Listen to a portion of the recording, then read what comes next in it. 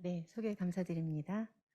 저도 좀 명확하게 들리게 마스크를 벗고 강의하도록 하겠습니다. 강의 의뢰를 이제 염증성 장질환 중에서도 희귀질환 이제 센터 심포지움에 맞게 크론병에 대해서 이제 강의를 요청을 받아서 다음과 같은 순서로 진행을 하려고 하고요. 최근 업데이트된 내용은 이제 저희 병원에서 진료하는 입장이기 때문에 되도록이면 진단과 치료에 대한 업데이트 내용을 많이 담아봤습니다. 염증성 장질환을 먼저 얘기를 드려야 되는데, 이제 잘 아시는 것처럼 이런 염증성 장질환은 만성적인 염증이 재발성으로 평생 장애 지속되는 질환입니다. 그래서 되게 이제 다양한 임상 양상을 보이고, 그래서도 이제 복합적이고 원인 인자도 다양해서 되게 멀티팩토리얼 디소더로 생각을 하고 있고요. 소아청소년에서의 서브타입은 이제 크론병 외에도 궤양성 대장염이나 이제 최근 2014년에 이제 추가로 분류된 IBD unclassified, IBD-U라고 그래서 크론 또는 UC 양상이 같이 있는 그런 유형도 일부 있습니다. 네, 이제 오늘 말씀드릴 그 크론병이 이제 희귀 질환으로 분류가 되어 있고 궤양성 대장염은 난치 질환으로 분류가 되어 있습니다. 크론병은 이제 이미 잘 아세요. 그래서 이제 이런 병은 이제 트랜스뮤럴 인플로메이션이 특징으로 그래서 스킨 리전 보이고 렉탈 스페어링 그리고 이런 트랜스뮤럴 인플로메이션이 결국에는 진행하면서 뭐 스트릭처 또 피스툴라 그리고 퍼포레이션 이런 이제 스컬레 컴플리케이션을 만드는 그런 질환입니다. 패서제네시스에 대한 연구가 이제 계속 이루어지고 있는데 아까 제가 멀티팩토리얼을 얘기 드렸는데 이제 사실 그 되게 더블 피크를 얘기를 하잖아요. 근데 이제 소아청소년 연령은 되게 제네틱 서서터빌리티가 상당히 많은 부분을 차지합니다. 하지만 또 연령군별로 아주 어린 아이들은 모노제닉 디소더 보는 반면 좀 큰 아이들은 이제 다른 환경적인 요인의 영향도 꽤 크기 때문에 여러 이제 저희가 멀티팩토리얼하게 이제 접근을 하고 제네틱 서서터빌리티 관련돼서 이제 지금까지 한 163개의 그 IBD 릴레이티드 진이 알려져 있고요. 그리고 이제 인바이런먼탈 팩터가 여러 가지 제시되어 있는데 되게 그 안티바이오틱스나 아니면 다이어트, 하이진 같은 여러 가지 그 마이크로바이오타의 변화를 주는 그런 컨디션들이 결국에는 크로닉 패솔로직 인플로메이션을 일으켜서 병이 발병하는 것으로 알려져 있습니다. 그래서 저희 이런 이제 에피데미ologik 스터디를 최근 데이터를 금년에 이제 발표가 됐는데 사실 이게 그 보건공단 자료를 근거로 빅데이터 연구를 2006년에서 2015년까지 한 거라고요. 근데 보시면 이제 국내 소아청소년의 크론병의 이제 프레벌런스가 상당히 많이 는 거를 알 수 있습니다. 전체를 보시면 성인이 UC가 훨씬 많기 때문에 크론보다는 UC가 이제 10만 명당 보신 것처럼 27.9명에서 48.9명으로 늘었고 이제 크론은 10.8명에서 27.5명으로 늘었다고 하는데 소아청소년 크론이 보신 것처럼 그 기간 동안에 7.4명, 10만 명당 7.4명에서 20.8명으로 상당히 늘어서 이제 10대 크론 아이들이 상당히 많이 는 거를 알 수가 있고 또 10세 미만으로 이제 제네틱 백그라운드가 더 주인 아이들은 그렇게 프레벌런스의 차이는 보이진 않고 있습니다. 그리고 이제 더 나아가서 2세 미만인 이제 크론 아이들은 인펀타일 온셋 크론이라고 하는데 10만 명당 0.7명, 그리고 6세 미만에 발병한 경우를 베리 얼리 온셋 크론이라고 하는데 10만 명당 1.7명 정도를 차지하고 있습니다. 그래서 잠깐 이제 베리 얼리 온셋 IBD에 대해서 설명드릴 건데요. 사실 처음에는 이게 이제 디지즈 엔티티가 뭔지에 대한 고민이 있다가 이제 유전에 대한 이런 관심이 많아지고 저희가 실제로 이제 NGS를 임상에서 적용을 하면 진 패널을 통해서 베리 얼리언스 IBD에 대해서 규명을 하고 그러다 보니까 이제 이 중에서 상당히 많은 그 부분은 또 모노제닉 디스오더로 모노제닉 IBD 라고 밝혀지기도 했습니다. 그래서 지금까지는 한 50개 제네틱 디스오더가 밝혀졌는데 되게 이민 디피션시까지 동반되는 질환들이고 임상 양상은 이제 IBD 라이크하게 발병을 하는데 되게 어려서 발병하고 되게 심하고 그리고 치료 반응도 좋지 않고 그런 아이들입니다. 그래서 국내에서 이제 보시면 서울대병원 데이터를 저희 이제 보시면 인터루킨 10 리셉터 관련된 디펙트가 가장 많고요. 아이펙스 신드롬도 일부 있고 크로닉 그라뉴로마토스 디지즈라든지 다른 이제 질환들도 보이는데 이렇게 모노제닉 IBD 애들도 보면은 양상이 크론 양상으로 오고 되게 콜로닉 인발먼트고 그리고 페리에날 리전도 많이 가지고 있거든요. 그렇기 때문에 이런 이제 아이들이 오면 저희가 진 스터디를 해서 그래서 그런 진단적으로 도움을 받고 있습니다. 그래서 이제 본격적으로 아까 말씀드린 것처럼 최근 업데이트된 이제 진단과 치료에 대해서 이제 설명을 드리려고 하는데 먼저 진단 부분입니다. 소아청소년 이제 크론이 의심되는 아이들에서 이 아이들이 이제 진단을 받으려면 임상적인 의심이 정말 중요한 것 같습니다. 근데 만성적인 이제 위장관에 염증이 있고 다른 이제 감염이나 알러지 질환 같은 이제 감별 진단을 배제를 한 다음에 이 확진을 위해서는 이제 저희가 내시경 그러니까 내시경과 조직 검사 그리고 이제 소장의 영상 검사를 하게 되는데 최근 이제 2014년 가이드라인이 이제 진단 관련된 가이드라인에서 가장 최신 지연인데 이 부분에서 보신 것처럼 이를 위해서는 정말 히스토리 테이킹도 꼼꼼하게 해야 되고 저희도 이제 설문지까지도 활용을 하고 있는데 그리고 피지컬 리그잼도 이제 전신 페리에날 리전까지 다 포함을 해야 되고 랩 정확하게 시행하고 그리고 특히 내시경은 저희가 이제 콜로노스코프만 생각하시지만 상부, 하부 내시경을 모두 시행하면서 조직 검사를 하고 그러면서 스몰 바울 이미징까지도 모두 하는 것을 가장 이제 정확한 진단을 위해서 추천을 합니다. 그러면서 이제 감염은 감별을 해야겠고요. 또 이제 환자가 왔을 때 참 어려운 때가 많습니다. 왜냐하면 증상이 그냥 넌 스페시픽할 때도 많고요. 정말 다양하거든요. 그리고 이제 흔한 증상은 배 아프고 설사하고 빈혈 있고 열 나고 체중 감소 있고 성장 부진 있고 그런데 되게 이제 배 아프다고 오는 아이들 많고요. 또 이제 거꾸로 잘 안 자라요. 이렇게 오는 아이들도 있고 항문병 또 따로 오는 아이들도 있고 그래서 아이들마다 이제 이렇게 해서 꼼꼼하게 이렇게 히스토리 테이킹을 잘하고 거기에 맞춰서 이학적 검진을 하는 게 정말 중요한 것 같습니다. 그리고 저희가 알고 있는 그런 전형적인 트라이어드, 어떤 페인, 다이어리아, 웨트로스 갖추는 경우는 4분의 1 정도밖에 되지는 않아서요. 그런 이제 이런 여러 가지 심텀을 다 보고 그리고 또 소아에서 좀 잘 봐야 될 부분이 장외 증상인 것 같아요. 그러니까 아이들 같은 경우는 또 큰 아이들 포함해서 한 6에서 23%는 장외 증상을 가지고 오는데 눈에도 우베아티스 같은 염증도 있고 그리고 오랄 얼서 자꾸 반복된다는 경우들도 있고 그리고 이제 LFT 상승 우리나라 최근 이제 데이터 보니까 한 27%까지도 LFT 상승 그리고 또 레널 인발브먼트 있어서 UA나 그런 또 스톤 같은 것들도 있기도 하고 스킨에 뭐 에리소마 노도즘이나 파요데마 강그레니즘 같은 게 발병하기도 하고 아스라이트 소견이 있기도 하고 그리고 또 저희 성장 아까 저신장이나 뭐 키가 안 크거나 체중이 빠져서 또는 영양결핍, 뭐 빈혈 이렇게 오기도 하고 그리고 페리에날 리전이 우리나라 참 특징적인데요. 이제 우리나라는 한 40% 많게 보고하는 샌드는 50에서 55%까지 보고하는 그런 경우도 있습니다. 이 보고에서는 한 50%를 얘기를 하고 있어서요. 그래서 저희가 이제 항문 병변에 대해서도 유의하고 장애 증상까지 꼼꼼하게 이제 진단을 위해서 확인하는 게 필요하겠습니다.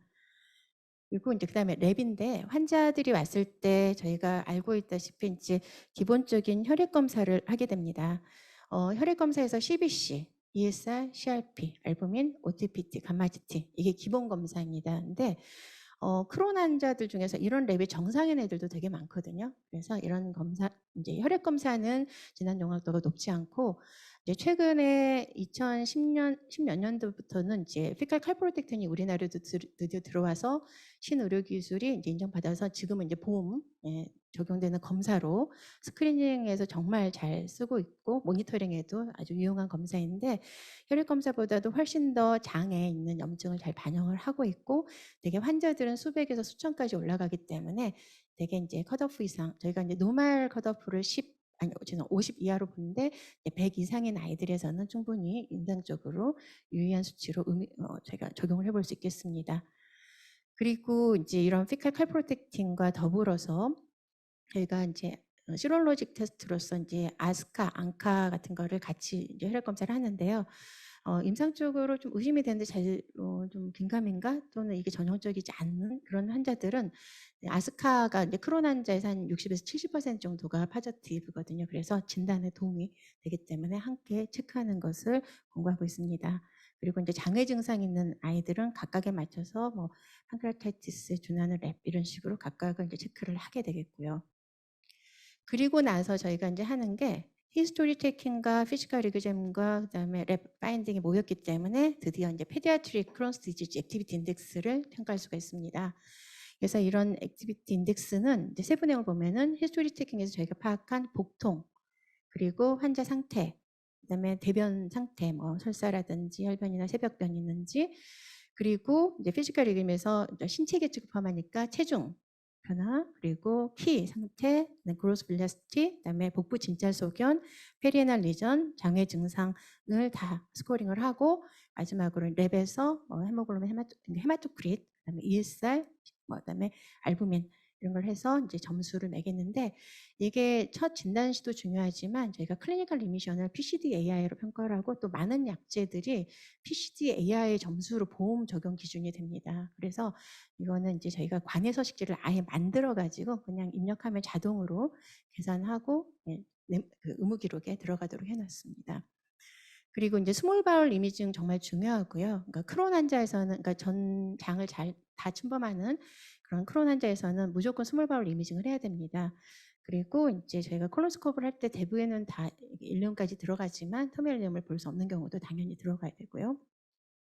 스몰 바울을 보는 이미징이 2005년 가이드라인만 해도 이제 스몰 바울 시리즈를 했는데 레디에이션 해저드도 있고 또 진단 정확도도 매우 낮고 그래서 이미 이제 사라졌고요.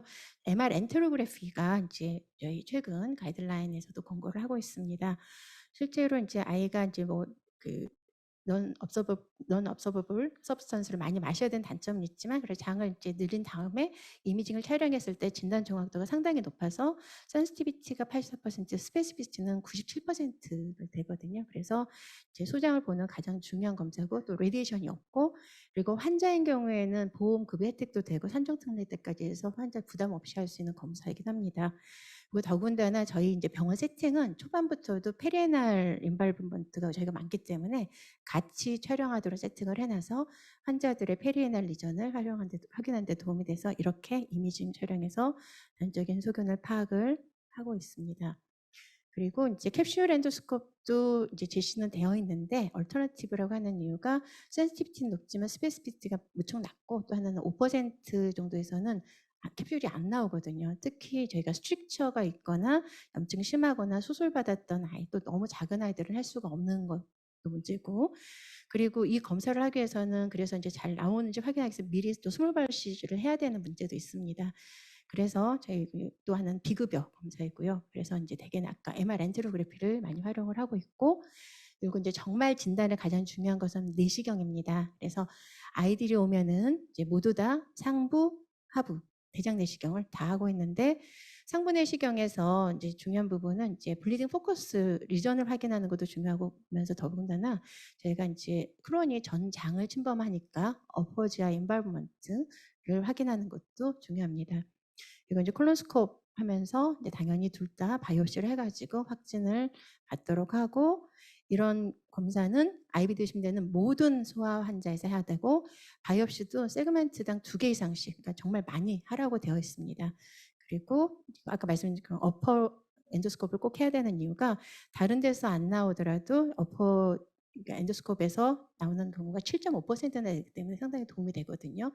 그래서 저희는 이제 전 장을 다 보고, 이제 실제 환자 영상입니다. 그래서 이런 이제 매크로스코픽 파인딩이 이제 티피컬해서 이걸 보고 바로 이제 진단해가지고 치료를 그날부터 이제 들어가게 되거든요. 그래서 이런 이제 얼서 소견, 커블스톤 어피어런스, 그다음에 스토노시스나 뭐 스트릭처들, 그리고 페리에날 리전 당연히 확인하고 스킨 리전인지 보고, 그다음에 제주눔이나 일레움의 이제 얼서 확인해서 이런 이제 티피컬 파인딩이 있으면은 이제 진단을 내리는 데 도움이 되고, 또 하나는 이제 내용은 이제 많지만 그래서 엔도스코피 스코어도 2가지 저희가 스코링도 할 수가 있고, 그리고 이제 마이크로스코픽 파인딩도 같이 진단에 도움이 되기 때문에 저희가 이제 패솔로지도 꼭 확인을 하는데, 보시는 것처럼 럽터드 크립트에서 먼 부분에 이제 카세이팅 그래뉼로마가 있어서 이제 확진하고 좀 크로닉 인플로메이션 소견 같이 볼 수가 있습니다. 그래서 이제 점점 이제 복잡해지는데요. 사실 2014년에 이제 포토 크라이테리아가 나오면서 진단에 대한 게 서브타입 도 나오고 진단된 많은 항목들이 좀 세세해졌습니다. 근데 앞서 말씀드렸던 그런 히스토패솔로지 파인딩, 그다음에 내시경 소견, 영상 소견을 다 포함해서 크론에 합당한 게 있고 또 비슷해 보이지만 IBD 유인 경우도 있고 그래서 저희가 이제 크론을 진단하는 과정들이 이렇게 하나하나 좀 꼼꼼히 체크해 가면서 하는 과정이라는 것만 이해하시면 될 것 같고요. 그래서 이제 가이드라인을 제시하는 것도 의사는 환자에서 검사하는 것, 그다음에 테스트에서 이제 그 피칼 칼프로텍틴을 포함해서 이제 의심될 때 하는 거, 그다음에 장외 증상이 아이솔레이티드 익스트라 인테스티널 매니페스테이션이어도 이제 의심되면 하는 것. 그래서 내시경 포함해서 또 소장 이미징 해가지고 크론을 진단하는 이런 프로세스가 임상에서 저희가 하고 있는 과정이고요. 뭐 여기까지 한 다음에 또 해야 될 게 이제 페리 클래시피케이션입니다. 그래서 이 아이들의 이제 치료 계획을 세울 때 있어서 이제 이런 여러 과정을 해서 얻은 저희 정보를 가지고 연령별로 이 아이가 뭐 A1A인지, 그러니까 10세 미만 발병인지, 17세 사이인지, 로케이션, 그래서 각 어떤 부위에 있는지, 그다음에 디지즈 비헤이비어, 그래서 스트릭처, 페스툴라가 있는지, 그다음에 그로스 딜레이가 있는지 이걸 가지고 이제 푸어 아웃컴에 대해서 프리딕션을 해가지고 치료 계획, 그러니까 하이 리스크 그룹, 뭐 미디엄 리스크 그룹 이렇게 나눠가지고 치료해야 될 근거가 되기 때문에 여기까지도 분류해서 저희 보시는 것처럼 의무 기록 서식을 또 만들어서 관해 기록하고 이제 환자 판정을 하고 여기까지가 이제 진단, 저희가 임상에서 하는 과정이라고 이해하시면 될 것 같습니다. 그리고 치료인데요. 치료도 사실 짧은 시간에 담을 수가 없어서 조금 빨리 이제 넘어가는데 중요한 포인트는 이렇게 이제 아이들의 정말 임상 양상이 정말 다양하고 진단했을 때 이렇게 분류되는 것도 정말 다양하고 리스크도 다르고 그래서 아이들의 치료는 정말 개별화된 치료입니다. 그래서 이제 individualized treatment strategy가 저희가 목표가 기본 원칙인데 그 근거는 이제 아이의 나이도 고려해야 되고 디지즈 로케이션, 디지즈 비헤이비어, 그다음에 그로스 딜레이가 있는지 그리고 약이 효과는 어떤지 그리고 사이드 이펙트는 어떤지 그다음에 수능도는 어떨 건지 그리고 이제 이 아이의 삶에 어떤 영향을 미칠 건지까지 다 파악을 해가지고 저희가 개별적으로 결정을 하게 되고요. 그래서 이제 이 과정에서 하이 리스크 포인트를 잡는 게 굉장히 중요한데 이렇게 해서 스트릭처나 펜트리팅 디지즈나 페리애널 리전이 있거나 또 치료에 반응을 얻거나 그로스 딜레이가 있다면 이제 더 그 초점을 맞춰가지고 하이 리스크, 미디엄 리스크에 준해서 이제 치료를 스텝업 해서 가도록 하고 있고 그리고 이제 어쨌든 치료의 목표는 빨리 염증을 잡는 거죠. 그래서 이 염증을 놔두면 결국에는 이렇게 해서 롱텀 바울 데미지 그래서 컴플리케이션을 초래하기 때문에 그리고 더군다나 아이들은 성장기 있기 때문에 성장이라는 그러니까 디지즈 자체의 그런 시컬레도 문제지만 성장도 문제이기 때문에요. 그래서 빨리 진단하고 빨리 치료하고 그래서 예후를 좋게 한다. 이게 저희 이제 치료에 있어서 키포인트라고 보시면 될 것 같습니다. 그래서 이제 리스크 스트래티피케이션이 너무 중요한데요. 그러니까 푸어 아웃컴 리스크라는 것 자체가 그러니까 이 아이가 수술받을 것 같은 위험성이 매우 높다. 그러니까 조기에 받을 것 같은 위험성이 있다는 것 또는 빨리 이제 레피드 프로덕션 해가지고 바로 인조리가 심할 것 같은 그런 리스크가 있다는 것. 그래서 치료를 좀 높여가지고 제대로 해야 된다는 것. 근데 실제로 이제 진단받고 5년 내에 아이들이 서약 크론 아이들이 장절제를 받을 확률이 33% 넘거든요. 그러니까 상당히 위험성이 높습니다. 그래서 저희는 그래서 리스크 스트래티피케이션을 하고 이제 이 아이들에서 열심히 치료를 이제 적용을 하는데 기본적으로 치료를 했을 때 한 12주까지는 클리니컬 리미션, 바이오케미컬 리미션이 와야 되거든요. 그런데 그러지 못하는 경우도 앞서 말씀드렸던 다른 스트릭처나 뭐 펜트리팅 디지즈나 뭐 페레날 리전 뭐 여러 가지에 준해서 마찬가지로 치료를 스텝업을 하도록 합니다. 그래서 보시는 것처럼 이렇게 각각 다 나눠져 있고 익스텐시브 디지즈인지 아니면 디지즈 비헤이비어가 어떤지 해서 다 나누고 치료 반응도 봐야 되고 그렇습니다. 그래서 이제 이것도 알고리즘이 쭉 리스크를 알고 하이 리스크 그룹에 대한 치료, 그다음에 로우 리스크에 대해서 저희가 이제 익스클루시브 엔테럴 트리션, 코르티코스테로이드 트리트먼트, 메인테넌스 하면서 반응이 없거나 나빠지면은 스텝업하는 이런 알고리즘을 잘 알고 환자들한테 적용을 하고 있고요. 그래서 이제 이렇게 하는 이제 치료의 고울은 예전에는 사실 클리니컬 리미션이 목표였었어요. 그랬는데 보니까 클리니컬 리미션은 그러니까 치료 중인 아이들은 임상 증상도 사실은 잘 나타나지도 않고 랩도 정상이고 요 칼프로텍틴도 사실 최근에 적용된다고 했잖아요. 그러니까 아이들이 정말 이게 장이 정말 잘 치료가 돼서 예후가 좋을 것이냐, 그거는 반영이 안 된다는 거죠. 요즘 그래서 2010년대 이후로는 클리니컬 리미션이 아니라 뮤코사 힐링이 목표입니다. 그래서 뮤코사 힐링 말 그대로 저희 내시경 들여다봤더니 정말 병변이 하나도 없어야 돼요. 이렇게 건강한 치료를 받지만 건강한 상태를 만들어서 그 상태를 유지하는 것. 그래서 이제 뭐 아까 스코링 시스템 보여드렸지만 SSCD로는 3점 미만, 병변 없게 이렇게 해서 저희가 실제로 환자들 이렇게 치료를 하고 있습니다. 그리고 아직까지는 히스톨로직 리미션은 이제 그 타겟은 아니고요.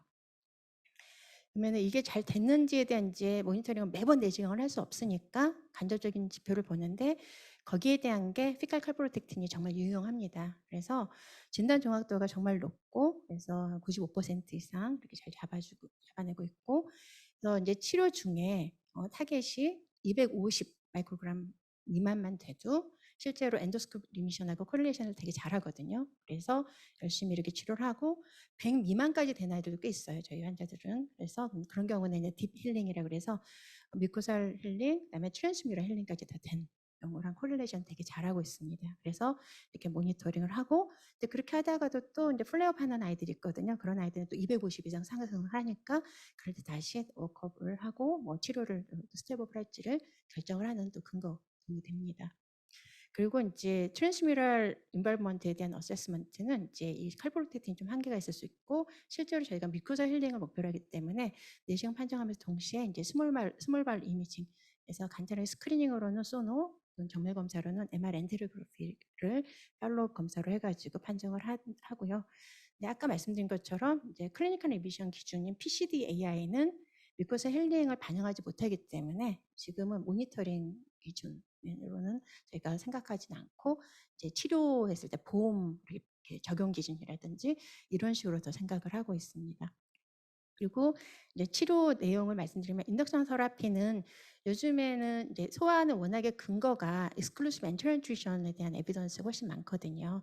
그리고 실제로도 스테로이드 동등성 효과가 있어서 그래서 이제 식사는 하나도 없이 리퀴드 포민, 뭐 엘리멘트 포뮬라나 폴리머릭 포뮬러를 가지고 이런 시기만 100% 하도록 6주에서 8주를 적용하는 게 루미날 크론, 그러니까 다른 데 병변이 있는 거 말고 정말 장에만 병변이 있는 로투 미디엄 리스크인 아이들은 상당히 효과가 좋고요. 그래서 이제 저희가 이미 스터디들이 뭐 스테로이드 동등하다. 네, 단지 성인은 해당되지 않습니다. 소아 청소년에만 해당되는 내용이라서 정부에서도 이렇게 해서 전액 지원을 하거든요. 이 기간 동안에는. 그리고 이제 그 다음에 이제 유지하는 것도 하루에 이제 개수만 적어주면 뭐 한 포 정도 선에서는 6개월 단위로 저희가 서류를 내야 되지만 이제 인정을 해주고 있고요.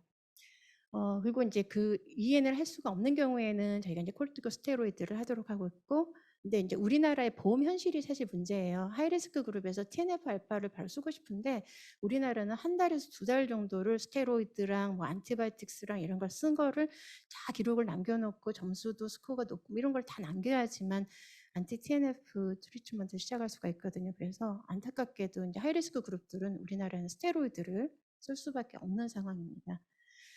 그리고 이제 엔테럴 뉴트리션의 이제 기전은 이미 그래서 잘 알려져 있는데 뭐 그건 마이크로바이트도 도움이 되고 안티젠, 그러니까 다이어트리 안티젠, 다이어트리 팻, 그다음에 어디티브들 이런 걸 다 제거해 준 효과, 그래서 영양 상태 도전시켜 주고 그리고 이제 성장에서도 그래서 그로스 인슐린 라이크 그로스 팩터라든지 이런 것들이 이제 호전되는 효과들이 있는 것도 잘 알려져 있습니다. 그래서 이제 영양 관련된 가이드라인은 최근에 2018년도에 별도로 나올 정도로 소아 크론에 있어서 이게 잘 제시가 되어 있는데요. 아까 말씀드린 것처럼 이제 그런 제형만 먹도록 하는데 저희가 쓸 수 있는 게 모노엘, 엘리멘탈 028, 그다음에 앵커버들이 있는데 여기서 본 것처럼 프로틴의 유형은 치료 효과랑은 무관하대요. 그래서 저희는 엘리멘탈 포뮬라를 이제 지원을 받을 수 있으니까 이렇게 적용하되 처방이 가능한 앵커버드 그래서 아이가 되게 이제 이게 맛이 더 좋기 때문에 순농도가 좋으면은 이렇게 처방을 해가지고 적용하도록 하고 있습니다.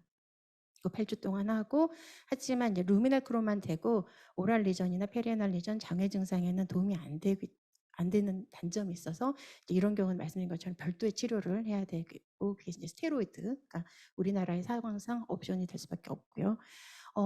익스클루시브 엔테럴 뉴트리션만 해도 대개는 뮤코사 힐링, 그다음에 트랜스뮤럴 힐링 그다음에 뉴트리셔널 서포트 정말 영양 상태도 좋아지고 그다음에 성장에도 도움이 되고 퀄리티 오브 라이프도 되게 좋은 경우도 많습니다.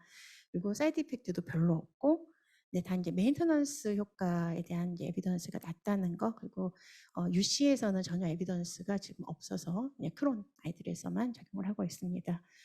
그리고 엑스클루시브 엔테리어 뉴트리션 이후에 이제 식사가 원래대로 먹으면 당연히 재발하겠죠. 그래서 에피데미올로직 스터디들이 이제 되게 밝히는 게 이런 이제 하이팩, 레드밋, 하이 슈거 이런 로우 다이어트리 파이버 이런 게 발병에 이제 작용을 하고 그다음에 레드밋이나 하이팩 이런 것들 그런 재발에도 이제 작용을 한다라고 잘 알려져 있어서 저희가 식단 관리를 되게 열심히 하는데 사실 이제 많은 이제 소화 그런 IBD 소화 그런 식단이 제시가 됐으나 에비던스가 좀 낮아서 2018년 가이드라인에서는 이런 엘리미네이션 다이어트, 리스트릭트 다이어트를 소아청소년에서 권고하진 않는다. 이제 베니핏을 보고 결정을 해야 된다라고 했고요. 최근에 크론스 디지즈 익스클루전 다이어트가 다시 이제 관심이 초점이 됐어요. 그 이유가 뭐냐면 보시면은 이제 2014년부터 이런 스터디들이 나오기 시작했는데 한 절반 이상을 폴리메르 포뮬러 같은 파셜 엔테리어 뉴트리션 하면서 익스클루전 다이어트, 그러니까 글루텐이나 유제품이나 동물성 지방이나 아니면은 그 레드밋이나 또는 유화제나 가공식품을 뺀 식단을 적용을 했더니 한 6주에 클리니컬 리미션이 70%. 이게 이제 멀티내셔널 RCT 결과고요.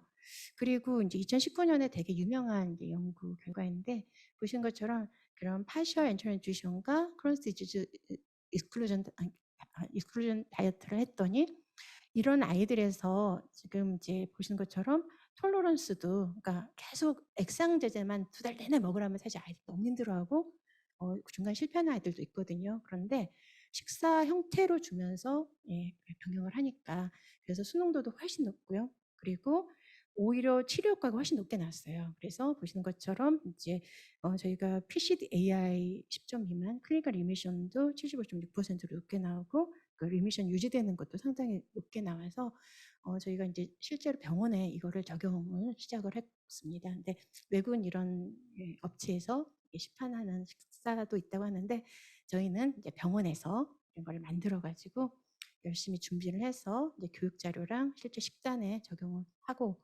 있고요.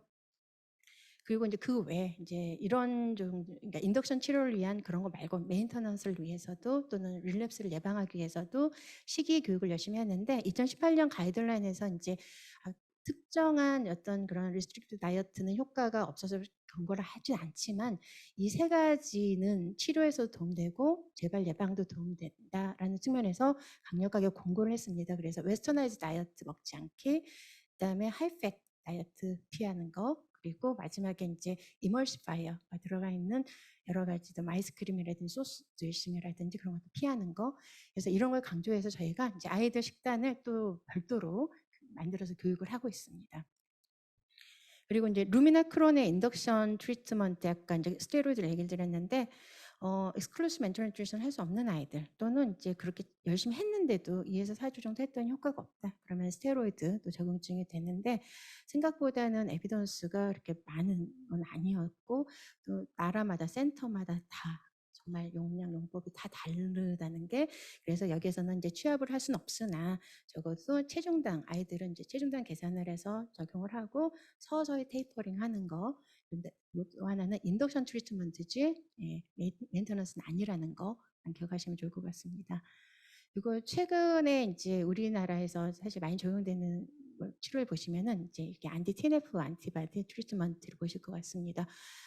빅데이터 연구에서도 한 54% 아이들이 쓰고 있더라고요. 근데 아이들이 그만큼 사실 하이 리스크가 많고 치료에 대한 반응이 좋지 않기 때문에 이런 이제 바이올로직스를 필요한 경우가 많지만 우리나라는 대개 치료가 심평원에서 제한을 하고 있어서 18세 미만에 허가된 약이 2가지밖에 없습니다. 그래서 인플렉시맥과 아달리맥 2개를 이제 적용하고 있고요. 그래서 이제 하이리스크 그룹 아까 말씀드렸던 것들 액티브 크론인데 이제 치료 반응 없는 경우들 그로스 딜레이가 있는데 기본적으로 치료 또는 열심히 치료를 했는데 결국에는 클리니컬 리미션과 바이오케미컬 리미션이 안 온 아이들은 인플렉시맥과 아달리맥 같은 바이올로직스를 쓰도록 권고를 하고 있고 이건 아까 보여드렸던 대로고 피스툴라, 그러니까 페리에날 리전이 정말 많은데 그런 아이들도 보시는 것처럼 다른 이제 치료를 컨비네이션해서 안티 TNF 알파를 권고를 하고 있지만 우리나라 현실상 이것도 사실 바로 적용할 수 없기 때문에 저희는 이제 기본적인 다른 서포티브 트리트먼트와 그다음에 안티바이오틱스 같은 어주방트와 그다음에 여러 가지 스테로이드 인덕션, 메인터넌스 이후에 이제 리스폰스 없는 아이들의 이제 그 다음에 보험 기준에 맞춰서 안티 TNF 알파를 적용하고 있고요.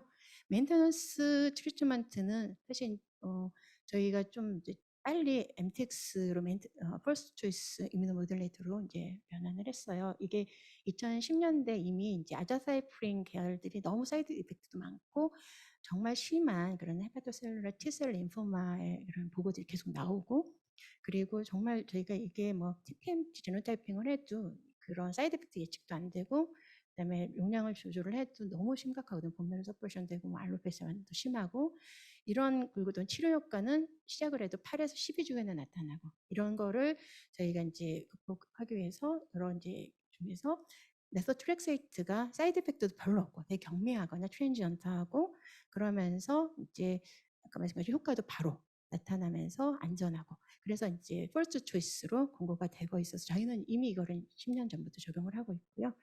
그리고 이제 로우 리스크인 아이들은 최근에 이런 이제 아까 말했던 엔테럴 뉴트리션 좀 메인턴스 하겠다는 의견들이 이제 가이드라인에 드디어 작년에 나오기도 했습니다. 그리고 안티 TNF 치료가 이제 실패한 경우는 저희가 그런 그다음 선택 약이 가이드라인 제시가 됐는데 18세 미만에서는 이제 보험 적용을 받을 수 없기 때문에 할 수는 없고 이제 18세 이상에서 이렇게 리스판스가 없어져 가지고 여러 가지 노즈 에스컬레이션을 하고 또는 뭐 이뮤노 서프레센트를 컨비네이션을 하고 뭐 여러 가지를 했는데도 듣지 않은 경우는 여기서 보시면 스텔라라나 킨텔레스로 이렇게 넘어 스텝업을 하는 아이들이 또 있습니다. 그리고 이제 프로바이오틱스는 저희가 이제 같이는 쓰긴 하는데 사실은 이거는 에비던스가 낮아서 치료로 기본 권하지는 않고요. 네, 사실 보여드리고 싶은 거는 피칼 마이크로바이터 트랜스플란테이션입니다. 물론 이제 레코멘데이션에 바로 들어가 있지는 않는데 최근 이제 시스터매틱 리뷰 결과를 보시더라도 리미션 레이트가 30%, 특히 소아 크론에서 45% 보호가 되고 있고요. 저희 병원에서는 사실 이제 좀 한 지 꽤 됐습니다. 그래서 저희 이제 스툴뱅크도 이렇게 잘 운영하고 계셔가지고 저희가 이제 같이 하고 있는데 대개는 이제 시민 의료 기술로 적응증을 받을 때 refractory recurrent C. difficile infection. 그래서 저희도 이제 이렇게 C. difficile infection이 계속 문제가 되면서 refractory IBD가 있는 아이들에서 해서 실제로 환자 치료에 같이 도움을 받고 있습니다. 이제 이렇게 열심히 해서 아이들한테 치료를 적용한 결과가 다행히도 저희가 성적이 좋은 것 같습니다. 그래서 제가 이제 아웃컴북에다 실었던 내용인데요. 국내 크롭형의 이제 누적 수술률이 이제 5년 후 장절제술 9.1%고 서양에서 메타 분석 결과가 33.3%인데 저희 병원은 3.8%지만 실제 3명은 처음 진단했을 때 이미 터져서 왔던 아이들이거든요. 그래서 실제로 치료 경과 중에 저희는 한 명 외에는 그것도 되게 이제 미니멀한 경우였어요. 그래서 외에는 그래서 수술 받은 아이가 없을 정도로 아이들을 열심히 잘 치료하고 있어서 보람이 있습니다. 그래서 이제 요약해서 말씀드리자면 말씀드린 것처럼 이제 크론병은 정말 드문 희귀 질환, 만성이고 그다음에 평생 지속되고 재발성의 그런 경과로 사실 아이들이 많이 그러니까 진단을 받고 힘들어합니다. 가족들도 마찬가지고요. 근데 저희가 이제 정말 그런 제대로 진단을 해주고 또 개별화된 치료를 제대로 적용함으로써 아이들의 정말 삶의 질이 달라지고 예후가 달라지거든요. 그래서 오늘 이제 말씀드렸던 내용을 잘 생각하시고 이제 저희도 앞으로 환자 진료에 있어서 열심히 해보려고 합니다. 네, 경청해 주셔서 감사합니다.